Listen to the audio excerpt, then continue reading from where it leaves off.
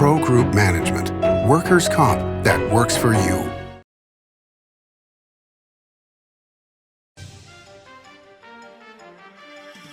Welcome to Nevada Newsmakers. On the broadcast today, Steve Yeager, Chair of Assembly Judiciary, here at the Sahara Hotel for the whole show on an all-new Nevada Newsmakers.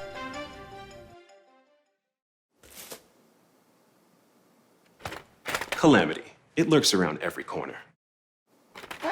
Or not. That's why UMC Quick Care is around every corner, with locations around the valley. UMC Quick Care, for all your small calamities. Retail's impact on Nevada's economy? Enormous. 8,600 businesses, large and small, employing 145,000 workers. And last fiscal year, retail paid tax on nearly $60 billion in sales. We're the Retail Association of Nevada. We support retail, we help it grow, and we mean business. RANNV.org. Take a look at Pro Group Management and see how your workers' comp requirements can be met head-on. By taking a proactive approach, Pro Group can assure that your company is meeting or exceeding state and federal standards. As you move forward in your industry, Pro Group moves with you, simplifying regulatory tasks, clearing the way so you can get the job done and look to your future success. Pro Group Management, workers' comp that works for you. Early in the morning or throughout the night, professional truck drivers are on the job, serving you, safely moving freight that's crucial to our economy.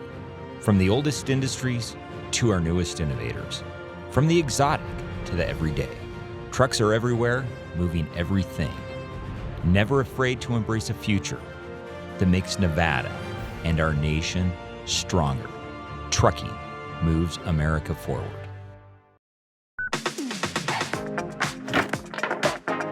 Calamity. It lurks around every corner. Or not. That's why UMC Quick Care is around every corner, with locations around the valley. UMC Quick Care, for all your small calamities. Nevada Newsmakers Studio is located at the headquarters of the Nevada Trucking Association. Motion and purpose are a truck's greatest virtue. This is Nevada Newsmakers with host Sam Shad, a no-holds-barred political forum. Now, from the Nevada Newsmakers broadcast headquarters, here is Sam Shad.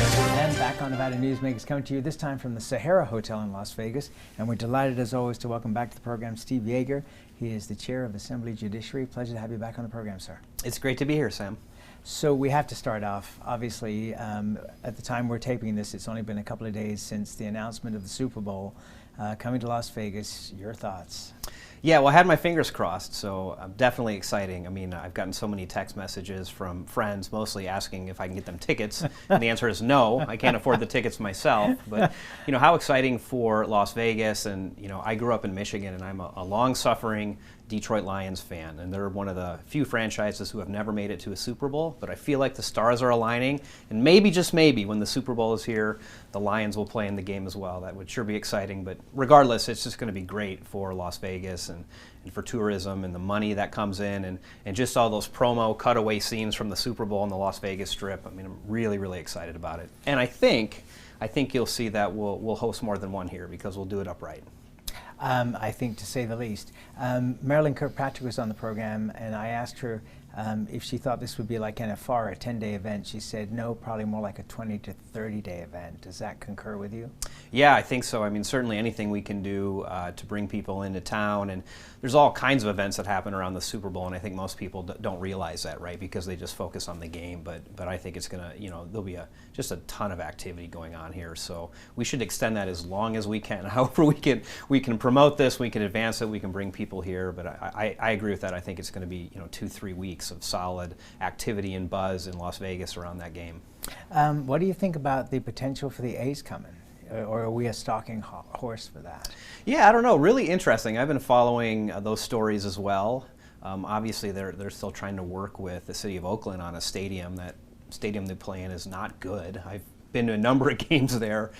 So I hope we're in the running. I mean, I just don't know. I think they have to figure out a way to make it work in terms of the stadium and that. But just really interesting how quickly we've gone from like no professional sports teams, to all of a sudden everyone wants to be here. So I think it shows on the front end that, you know, that gamble that we took was right to try to bring professional sports here. And I sure would love to have a professional baseball team, but, you know, we'll see how that plays out with Oakland and with Las Vegas. Yeah, and I mean, it's just another example of the reinvention, and there's an irony with the Mirage being sold now. I mean, it's going to be turned into a great property with Hard Rock taking it over. But at the same time, that was the icon 30 years ago that changed the face of Las Vegas. Now it's sports that have changed the face of Las Vegas, and it's really remarkable. Yeah, I mean, the old adage about Vegas, right? The only constant is change, and we see that not just on the Strip, but certainly with the sports teams. And I mean, just who would have thought how successful the Golden Knights would have been, and you go to a game now and it's just as exciting as it was in the inaugural season. And you know, I haven't been to a Raiders game yet, but I've certainly been around the stadium and I've seen the traffic and particularly the away teams that come here and make a weekend out of it. I mean, I think that's what everyone hoped it could be. And so it's just nice to see that actually happening. And then in addition, all the other great events that are happening at T-Mobile, at Allegiant Stadium. So it's just really exciting time to be in Las Vegas. And I think if you would have told us 10 years ago we would be here, I don't think anyone would have believed you. So I don't know what it's going to look like in 10 years. I'm not going to try to predict, because probably be totally different than what we think. Yeah, and you know, there are people whose job it is to plan out 20 to 30 years, but I'm always interested in other topics, perhaps more serious topics, when people say, well, at the turn of the century it's going to be, and I'm no, if you look back 50, 100 years, who could have predicted where we would be today? It's hard to predict where things are going to end up. But yes, a very exciting time for Las Vegas, and not only all of the sports, but Adele. Hello. I mean, you know, it was funny when they were first talking about Allegiant Stadium. They were saying that finally we have a venue where Adele could play, because she hadn't played in Las Vegas, and that's 65,000, maybe 70,000 seats. She's now playing in a 4,000 seat venue. So, but you look at the ticket prices, and my goodness.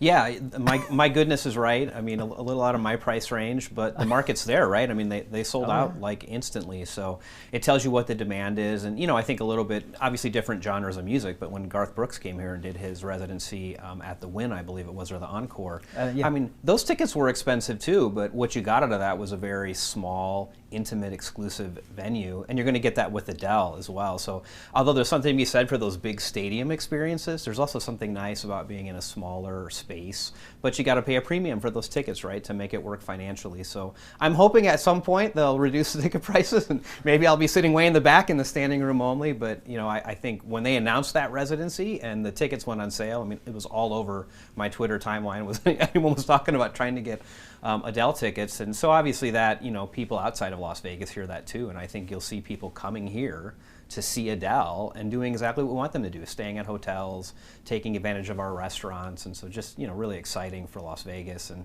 beyond Adele, I mean, Resorts World is bringing some new acts in as well. As Carrie Underwood has a residency now. Yes. So, I mean, we are quickly moving beyond the gambling and the restaurants, and we've always sort of been the entertainment capital of the world, but we used to think boxing and UFC. Well, now you're seeing sports, big name concerts and residencies. So, you know, what a wonderful time to live here and a wonderful time to visit. Somebody made the comment on the show when Resorts World was coming that they are bringing Asian style gaming to Las Vegas, as against Las Vegas exporting its practices to the rest of the world. And I think that's a very interesting thing too. And also, you know, and you're talking about money, it seems like when people come to Las Vegas, there is no limit on the budget. So, you know, buying tickets for two people that are going to run $400 or $500, and that's for, you know, going to a Cirque show, that seems to be nothing. Now you throw in dinner and a hotel room and stay a couple of nights. It's amazing how much money people are willing to spend. But then look at the nightclubs from 10 years ago, and people were dropping a couple of $1,000s on a bottle of champagne. Yeah, and I think it's a really cool thing about Las Vegas, right? I mean, it can be anything you want it to be. If you come here and you're on a budget, you can find cheap places to stay. You can find cheap places to gamble. Would you share some of those places? Well, I will say cheaper. I mean, certainly Fremont Street downtown offers, you know, some value that you don't have on the Las Vegas Strip, but it really runs the gamut. I mean, you want to come here and spend tens of thousands of dollars on a nightclub and concert and the highest in food, that's available too. And so for me, you know, sometimes I look at the Strip and I just think about all the different things that are going on at any given time on the Las Vegas Strip. And so, that's why I think it's exciting, right? And with us finally opening back up and tourism starting to come back, I think a lot of people save that money from the last year. They usually come every year, right? So maybe they have a little bit more in the budget where they can splurge on those kind of things, because certainly despite the prices, everything is selling out and restaurants are crowded. So it's a good thing. It's a very exciting time, and finally to be coming hopefully on the other side of all this COVID. Yeah, let's hope. Let's take a break and we'll come back to some other issues beyond entertainment after this time out. 7 at 7 is available anytime, anywhere. I'm Riley Smith with your Vegas Golden Knights. Watch 7 minutes of nonstop news from the Las Vegas Review-Journal. Streaming on LVRJ.com and Twitter. Powered by the Las Vegas Review-Journal. Modern boutique Ahern Hotel and Events Center in Las Vegas. Host meetings and events on 2 floors. Stay in luxurious rooms and suites. Unlimited branding opportunities. Regional Italian cuisine by Chef Mark Segrisi. Flexible event spaces. Full buyout options. Visit ahernhotel.com today. I'm Jeff Gehrman, an investigative reporter with the Las Vegas Review-Journal. I'm your guide for Season 2 of Mobbed Up, The Fight for Las Vegas. You're in with every gangster and hoodlum in the United States. I don't go for that, Mr. Kennedy. I don't go for that kind of action. I was on television accused of fronting for the mob. Subscribe to Mobbed Up, The Fight for Las Vegas, Season 2, today on Apple Podcasts, Spotify, or wherever you get your podcasts. Before the masks, before the distancing, before the world changed, UMC was ready. Our response to COVID-19 began before the crisis did, with our own team of infectious disease experts who've spent their careers planning for this moment. With a pandemic response plan, we'd practiced again and again, and by blazing new trails in large-scale testing, including every patient we admit. Always ready. UMC.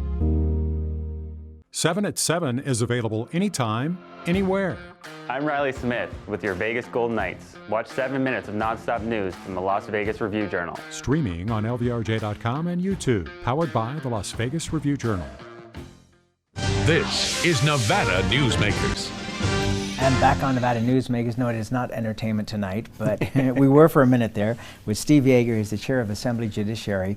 I wanted to talk to you more serious topics here in terms of what's going on in the state and what's going on in politics, and that is the inflation we're seeing right now.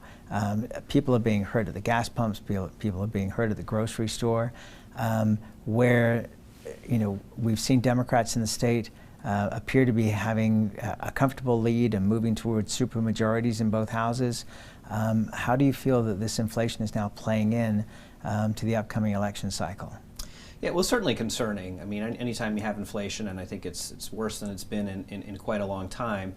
But I will say this, it's maybe not surprising where we are. I mean, we've never had to deal with a pandemic like this. Now, we've dealt with a pandemic before as a country, but not in the sort of globalized world that we live in now. So I think some of this was unavoidable in a sense, that trying to get the economy back open, trying to make sure people have the money and resources they need to survive, has now led to what really is the classic supply and demand issue, where we're having trouble getting supply into the country, but the demand is there and the money is there. So obviously concerning, but I think the good news is everything I've sort of read, economically speaking, the predictions are by first quarter of next year, things should start to settle down a little bit more. I think if the federal government passes the Build Back Better Act, that's projected to help with inflation as well. So in what way? Well, just being able to make sure that the jobs that will be created by that in the state of Nevada will help put people back to work. I think some of that is working on the supply chain as well to make sure we're getting products in. So I don't want to tell you all the details, but the projection I've seen say that they really believe that would help with inflation. So it's on the top of everyone's mind. I mean, no one likes to go to the gas pump and pay more. No one likes to go to the grocery store and pay more. But I think we're starting to come out of that, and it's just a bit of a tricky time with during the pandemic making sure that people were going to be okay and are going to be healthy and going to be able to survive. And now we're seeing sort of the economic side of that. But I think we all have a vested interest in making our dollars go further, and so we'll continue to try to work to do that. And the other side of that is the workers as well, right? We just haven't gotten back to full-time employment, and I think there are a lot of reasons for that. There are a lot of speculation out there. Yeah, I mean that's the thing that really is the discussion topic for every business owner I talk to. It isn't even just the money, unless you're going to be offering somebody $50 an hour, and there are some jobs that are offering that kind of money. But what is it going to take to get people to go back to work? Because you've still got restaurants here in Las Vegas, as you do in the north, that are only open 5 days a week, or restaurants that have 2 venues and one is shut because they can't get enough employees. Right. Well, great question, and I think to really get us clicking like we were before the pandemic, I mean, we have to sort of move beyond this, right? And so it seems like every time we take a step forward, we take a couple steps back. The positivity rate goes up. There's a new variant, but in my mind, the more folks we can get vaccinated, the better. Because restaurants being open 4 or 5 days a week, I mean, that's a hard sell to employees. Do you want to come back to work, but you're only going to be working part-time? And maybe they don't feel comfortable there. So it's just, I think we've got to sort of see the light at the end of the tunnel, and we're not quite there yet, but I think we're close. And I think once we get there, we've sort of fully opened back up in the Las Vegas way, 24 hours a day, 7 days a week. I think you'll see people more willing to go back to work. And I also think the pandemic really made people look in the mirror. I mean, a lot of people look in the mirror and say, what am I really doing for employment, and am I happy there? Am I satisfied? Do I feel like I'm being paid what I'm worth? And I think some people have said, no, I don't. And so, what does that next iteration of our economy look like? And is it more work from home? And so, these things are all sort of intersecting at the same time. But I think, we've got to turn that page, because we're seeing the demand, but we've got to get the supply side. And that means tourism, that means the service industry as well, because people want to come here, but they want to have a good experience, and having places shut down is not the way to do it. No. I had concerns. I was recently in California, and there you have to show your Vax card and your ID to be able to eat indoors in a restaurant. And I just felt it was really inappropriate that a young hostess was being the police in a restaurant, rather than, if the state wants to impose these kind of regulations, then it shouldn't be on kids that are being forced to do the enforcement. Your thoughts on that? Yeah, I mean, I certainly sympathize with that. The workers are the people that are on the front line, right? And so if there are policies in place, they're the ones that have to enforce them. I guess it's a double-edged sword in the way, right? Because a lot of times people say, well, we don't want the state coming in and telling us what to do because we think local control is better, or each business can decide for themselves. So, if those policies are put in place at the local level or the business level, I do think there has to be some kind of support for those frontline workers, right? They shouldn't be put in that position, particularly when it's been politicized the way that it has been. So, I sympathize with that. I just think whatever you're going to ask people to do, you've got to be willing to give them support. You can't be asking someone who just started last week to be arguing with people about whether they're wearing masks or have a vaccine card. If that's your policy, that's your policy, but it shouldn't fall on those workers. I wanted to ask you, in terms, obviously you were the lead on criminal justice reform, and you're probably going to be looking at more things to do with that in the next legislative session. But in Oakland, California, and Berkeley, San Francisco, the rate of crime connected to smash and grabs and people going into department stores, they just beefed up police action in Union Square in San Francisco because it was so bad. And a lot of retailers point to the rise in the amount of money that you had to get to for it to be criminally enforced. Do you have any concerns or regrets about what we did here in Nevada in terms of that? I mean, I don't at this point. I mean, you obviously talked about, Oakland, which is different than Las Vegas, but I think what we really tried to do in the criminal justice reform was make smart reforms. And so the issue about what is the appropriate threshold where something becomes a misdemeanor or a felony, I mean, it really was based on, sort of the data and, what dissuades people, and really what we learned, really in all crimes.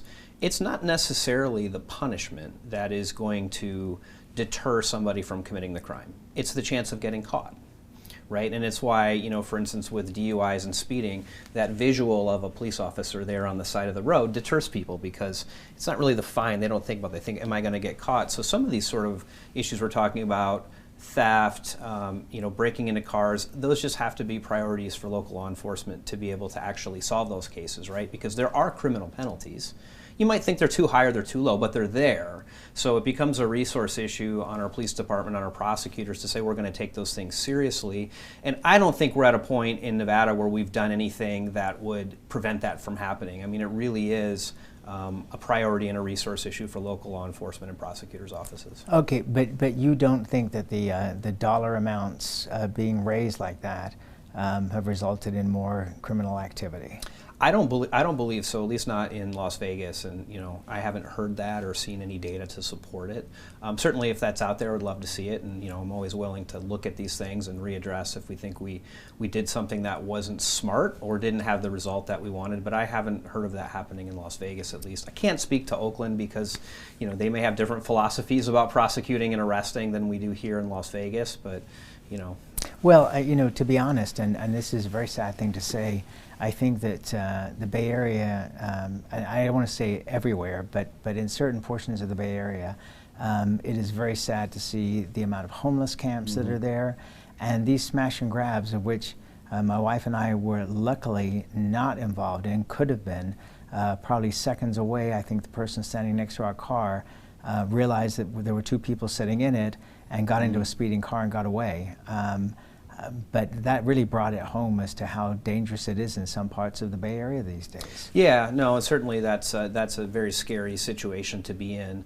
When it comes to things like smash and grabs, largely those are they're crimes of desperation, or they're crimes of people who have substance use disorders too, right? It's people looking for quick money so they can get their next fix. So some of that has to be dealt with on the front end, right? We can't continue to pretend these problems don't exist in society and then act surprised when people engage in these criminal activities for whatever reason. So, I certainly would love to see, not just here but around the country, more investment on the front end to take care of some of those issues, because between mental health and substance abuse disorders, that really does foster a lot of the property crimes that we're talking about.